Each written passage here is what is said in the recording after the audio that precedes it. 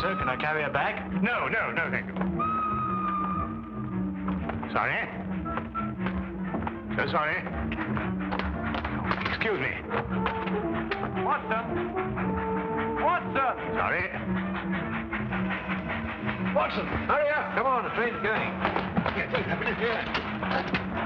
Excuse me. Was it a close call, Holmes? It certainly was. If you hadn't lingered to pass the time of day with that barmaid, we'd have had ample time. How did you know that I... Your elbow, it's wet. Well, you've obviously been leaning on a bar somewhere. And if I know you, it wasn't a bar man. Was she pretty? Yes, he was a lovely young lady, as a matter of fact. Came from Lancashire. Hasn't been in London very long. Blinko Watson. Sardines Dalton. Oh, I say, what a small world it is. Oh, good old Blinko. Best smile of the school ever had. I say, oh, man, you're putting it on a bit here and there, aren't you? Oh, particularly there. Oh, well, you know. Say, Holmes, do you know sardines? How do you do, sardines? Did you say Holmes? Not Mr. Sherlock Holmes. Oh, I see you've been reading about him in the papers, what? Oh, can't read anything else these days except about that last case of yours, Mr. Holmes. Yes, well, that presented a bit of a problem at first, but we managed to nail him before the finishing line, didn't we, Holmes? Oh, we did, Blinko. You know, I wouldn't be at all surprised if you were going fishing. Yes, we're going to Witchenham, no? Why, of course. I'm living at our old family place, Forthingham. That's near Witchenham. Oh, I say. Something wrong, man? No, nothing really. I don't want to bother Mr. Holmes with my troubles. What sort of trouble, Mr. Taunton? Well, yes, it's my mummy. Oh, old Lady Taunton. No, my Egyptian mummy. Is your father married again? Oh, no, don't be silly, Blinko. One of those Egyptian fellows who were mummified thousands of years ago. That sort of mummy. Oh, you have that sort of a mummy? Yes. My Uncle Joseph sent it to me from Egypt. He's an archaeologist, you know. Well, it seems an odd thing to have sent you. Last year he sent me a crate of sand. Sand? Yes, from Sahara. The desert, you know. Just sand? Yes, that's all. Just sand. Arrived one morning like the mummy case. Mummy case? Yes, a chap called Amenhotep. Oh. Amenhotep. Priest of the 14th dynasty or something. Anyway, that's what Professor Van Tolkien said. Professor Von Tolkien? Yes, he's a colleague of my uncle's. Lives quite nearby. He couldn't fathom what was wrong with the mummy either. Precisely what is wrong with your mummy, Mr. Taunton? It laughs. I beg your pardon? It laughs. Laughs? Quite. How does it laugh? Well, now, we go something like this. No, not really like that. It's much eerier than that. More like this. See, when does it laugh? Oh, practically any time. Well, have you seen it laugh? Me? Oh, good heavens, no. Why don't you give it away? I can't. Nobody wants it. I say, Blinko. No, I'm awfully sorry. We couldn't. Well, look, why don't you burn it or chuck it in the river or something? Hmm? Oh, well, now, I know this sounds silly, but there's an inscription on it. Something like, who destroys my sleep, destroys himself. Professor Van Tolkien's translated it for me. Yeah, but you don't believe all that rubbish, do you? I mean, Egyptian capers and all that. Well, no, I don't actually believe the curse, Blinker, but I've got to do something. Well, I'm engaged to Rowena Featherstone. No? No. Oh, she's a lovely girl. She's got an aunt, regular old battle axe. Well, she keeps after Rowena to break off the engagement. Says a chap who keeps an Egyptian mummy who laughs, well, he can't be very reliable. Yeah, well, I understand that. Yeah. Oh, I say. Would you like to come over to my place and see if you can stop him laughing? Oh, now, look, old boy, we were going fishing, you know, and Oh, it might prove interesting, Watson. A mummy that laughs.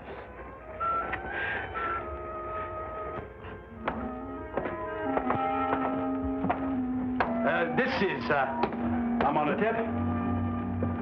Well, he doesn't look as if he had much to laugh about. You wouldn't think so, would you?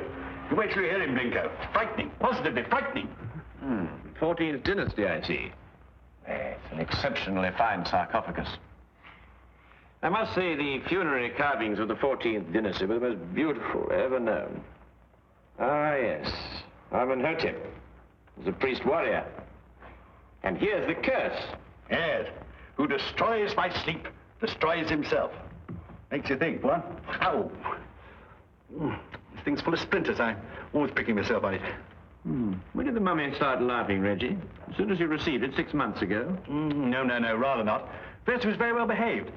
Quiet as a lamb. Then he started in about a month ago. I see. I take it these are the other Egyptian trophies your uncle sent you. Yes, rather. I stick them all in this room here. I call it my Egyptian room. You know, I wouldn't like Uncle Joseph to come back and think I didn't appreciate the gifts he sent me. Pretty touchy about the things they dig up, these archaeological fellas. Yes, quite naturally. Has your uncle been in England recently? Oh, no. Must be at least 40 years, I think. Then you've never seen him? Oh, no. Oh, I say, that's the Sahara sand I was telling you about. Oh, yes. Does your uncle never write to you? No, never. Just sends back the things he digs up. Have you got a photo of him by any chance? Yes, this one. It was taken when he was up at Oxford. I think he must have changed by now, you know, 40 years. Ravages of time and all that. Yes. Oh, I'm sorry, Reggie. I didn't know you had visitors. Oh, no, don't go, Rowena. I want you to meet my guests. This is, Bingo, Dr. Watson and Mr. Holmes, Mr. Sherlock Holmes. This is my fiancée, Miss Featherington. Mr. Sherlock Holmes, the detective? Yes. Yes, he's come to look into this mummy business for us. Have you found anything, Mr. Holmes? Why does it laugh? Well, perhaps he tickled himself to death. I keep pleading with Reggie to get rid of it, destroy it, anything. But he's afraid of the curse. Well, I'm the one the curse is going to work on, and you know what they are. Really, Reggie, this is the 19th century. And Aunt Agatha wants to know when we're going to eat. She's famished. Woman's always famished. Please, Reggie, she is my aunt. Well, I suppose I shall have to cook dinner myself. Cook left last night, 4th of the month. Say, Bingo, you cook? Well, Reggie, you didn't invite Dr. Watson here to cook. I'll cook. Well, maybe I better do it myself after all. We'll both cook. Come on. How many of us are there? 5? No, 6. I've asked Professor Von Tolkins to dine. I say, if you'd like a glass of sherry or a brandy or soda or something, you'll find it all in the cupboard over there. Charming girl. I say, Holmes, let's finish up this matter in short order, eh? I hear the fish round about here absolutely snapping. I wonder. You wonder what? You find something, Holmes? No, I wonder if Miss Featherington can cook.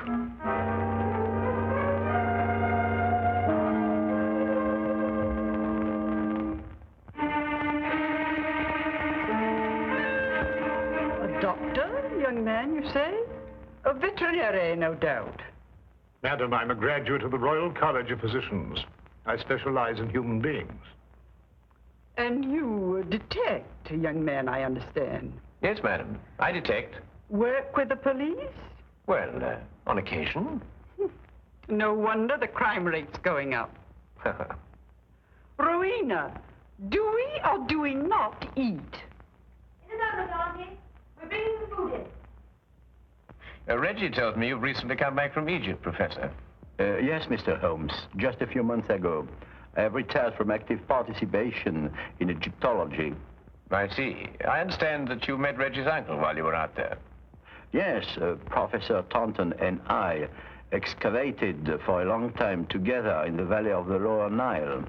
Is Professor Taunton still active? Yes, Joseph is engaged in important excavation at the present time. You must be very glad to see all your old friends and relations again, Professor, after all these years. I've been gone so long, Doctor. I no longer have friends. And I'm afraid even my family wouldn't recognize me. Well, here we are at last. Better late than never, I always say. Oh, please do help yourselves, everybody. Informalities to form. Local trout. We used an old recipe we found in a cookery book in the kitchen. Didn't we, Reggie? Yes, at least I think it was a cookery book. I read something about mixing nitrogen with hydrogen or something rather at the end of it. Oh, Lord. Well, this is splendid. I haven't had a decent, well-cooked fish like this in years.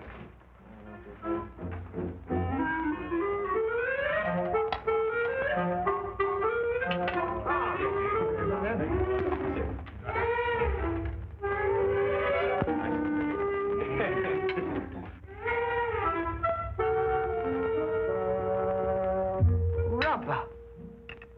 Sheer, unchewable rubber. I think it's very edible. What do you think, Holmes? Quite. Yeah, who knows? A sauce might have improved it somehow. It's quite delicious, Miss Featheringstone. I believe you're accustomed to eating beetles and locusts, which I'm told are considered delicacies in your country.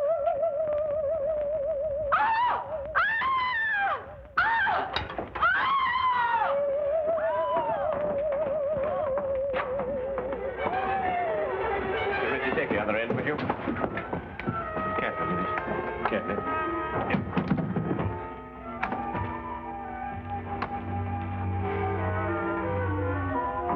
This time we heard it ourselves. Yes, Watson. This time we heard it ourselves.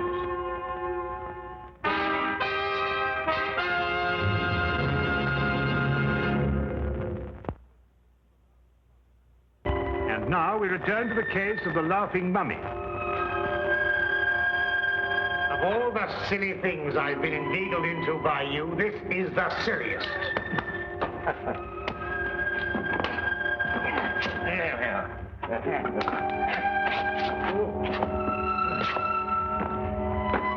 What do you expect to find up here? Something I discovered earlier this evening, Blinker. Do not address me by that ridiculous name. All right. All right, old chap. I'm all right now. But if I kill myself, I shall hold you personally responsible. Good. So we managed it somehow. So I had my doubts on several occasions. Now, we'll soon know now. Know what? Unless I'm mistaken, this is our laughing mummy. But this is only a weather vane, Holmes. Ah, yes, but one that laughs. Listen. Yeah. Good heavens. Well, it is laughing. It would appear to be so, wouldn't it? Especially with a mummy in the house. When the wind is in a certain direction, the weather vane acts as a whistle, and the resultant sound is funneled down into the Egyptian room below. But that's marvelous, Holmes. How did you stumble onto it? Well, in dealing with the occult, Watson, it's best to remember the natural phenomena come first. Here, give me a hand with this, would you?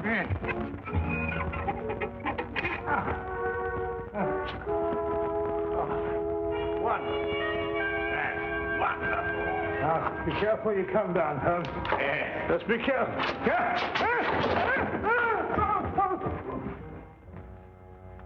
Here, Watson, would you hang on to this, please?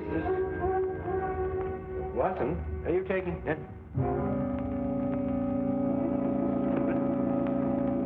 Where have you gone? Watson? Watson? Watson? Do you think they know what they're doing, Reggie, dashing out of the house like this? Maybe not Blinko. Well, Mr. Holmes seems very capable. Oh, yes. He's the reliable type. Doesn't say much, but when he does, it's to the point. Like me. Tell me, Professor, is this the first mummy you ever heard of that laughs? The very first, Miss Featheringstone, and I'm quite sure that... Dr. Watson, what's happened?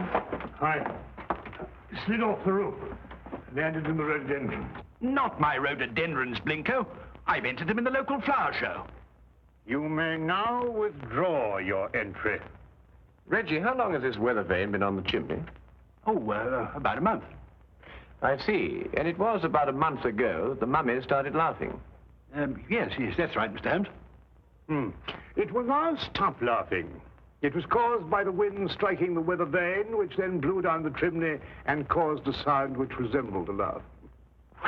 Well. Good heavens above. Mr. Holmes, how terribly clever of you. You found it out all by yourself? I, too, was on the roof, Miss Featheringstone. Oh, I know. I think you're both terribly clever. My compliments, Mr. Holmes. The simplicity of the explanation escaped us all, though I knew, of course, there was an explanation. Well, now we can all go and finish dinner. We've got something else coming, I think. Lamb, isn't it, Rowena? I think so. Meat of some kind. Good. Oh, Reggie, Yes, Mr. Holmes? who stuck this on the chimney? Well, I did. It was lying about the place, so I stuck it up there to keep it out of the way. Oh, I see. Thank you. You know, I believe I'll miss him laughing. Made him human somehow. Almost chummy. Chummy mummy. Oh, well, that's another mystery we've solved, eh, Holmes? Yes, Watson. But in solving it, we've been confronted by a far deeper mystery. Eh? What do you mean? You may observe the sarcophagus is of the 14th dynasty, but the mummy itself is of a much later period. Well, perhaps they had an old box lying about when the chap died. Yes, possibly. But it would have to be lying about for a very long time.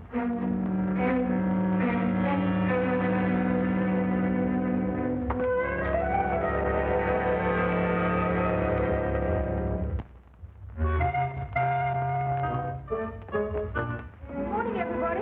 Isn't it a lovely morning? It's simply gorgeous. Good morning, Miss Featherington. Yes, it is indeed a lovely...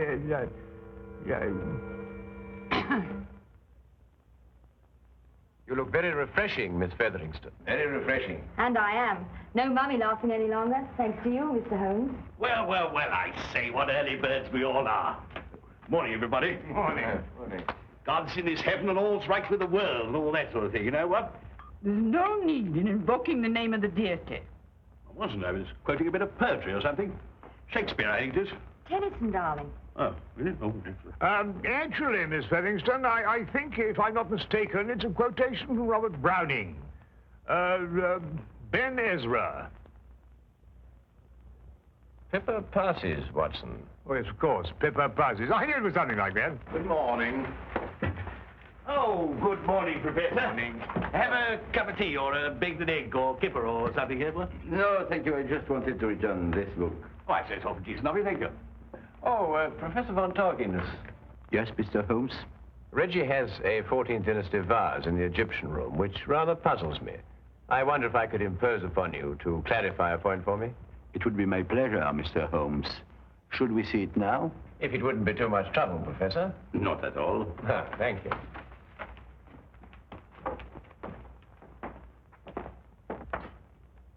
Yes, the composition of the pottery struck me as being rather later than the 14th dynasty, Professor.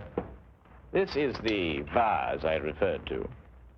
Considerably later, Mr. Holmes. The 18th dynasty, in fact. I rather thought Reggie was mistaken, as he was also mistaken about the mummy. The mummy? I'm afraid I don't understand. Don't you? I believe it was you who told Reggie that Amenhotep was of the 14th dynasty. It was, Mr. Holmes. But of course, this mummy, like the vase, is of a considerably later period. Really? How much later would you estimate, Mr. Holmes? Well, I'd say 4,000 years later.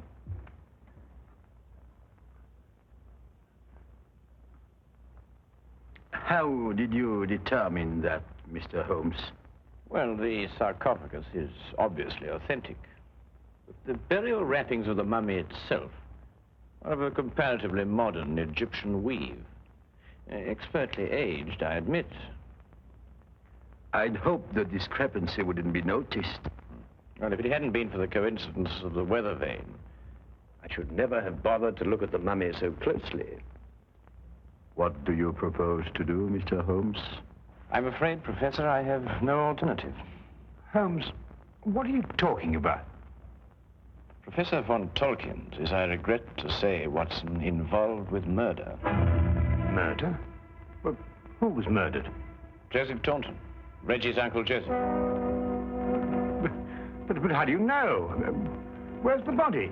You are gazing, Watson, at the mummified remains. Oh, no, really.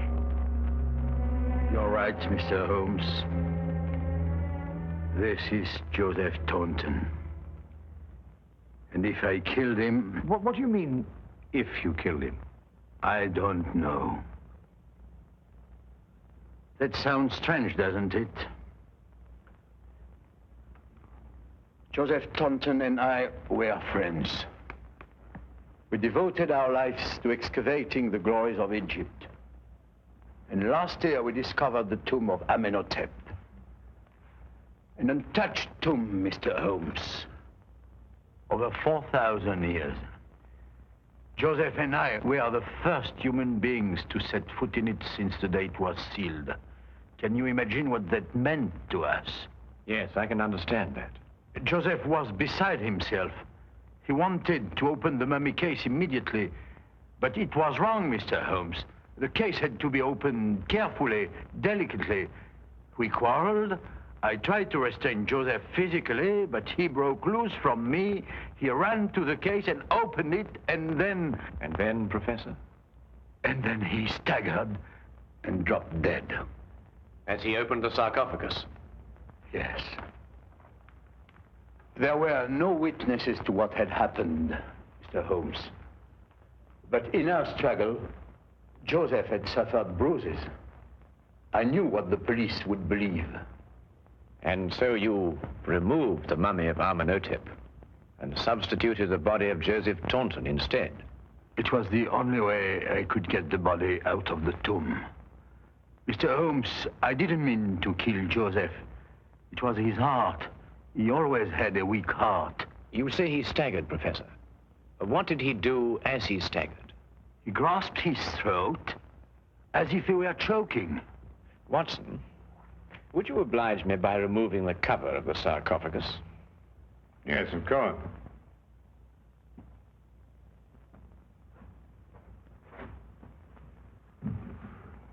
Ouch! That splinter. Yes, Watson, ouch.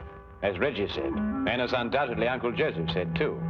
Professor, would you care to take a closer look at what Reggie called a splinter?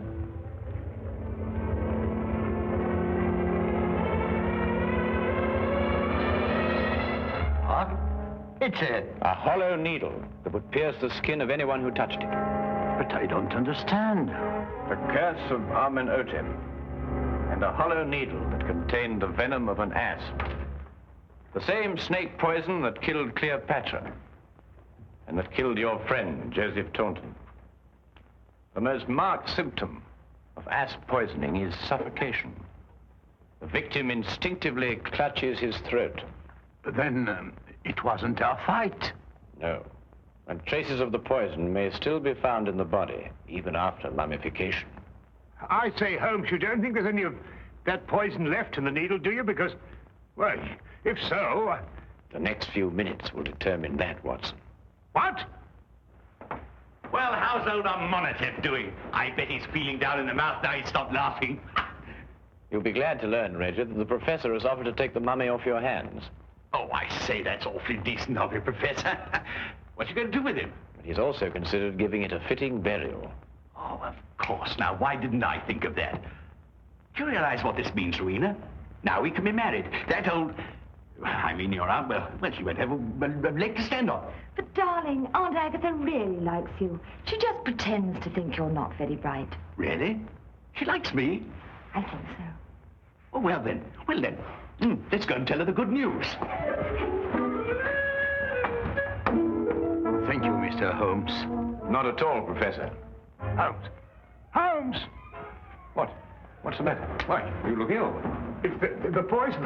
I can't get my breath. No, relax, Watson, relax. If there'd been any poison left in that needle, Reggie would long since have joined his ancestors. Unfortunately, the curse only worked once.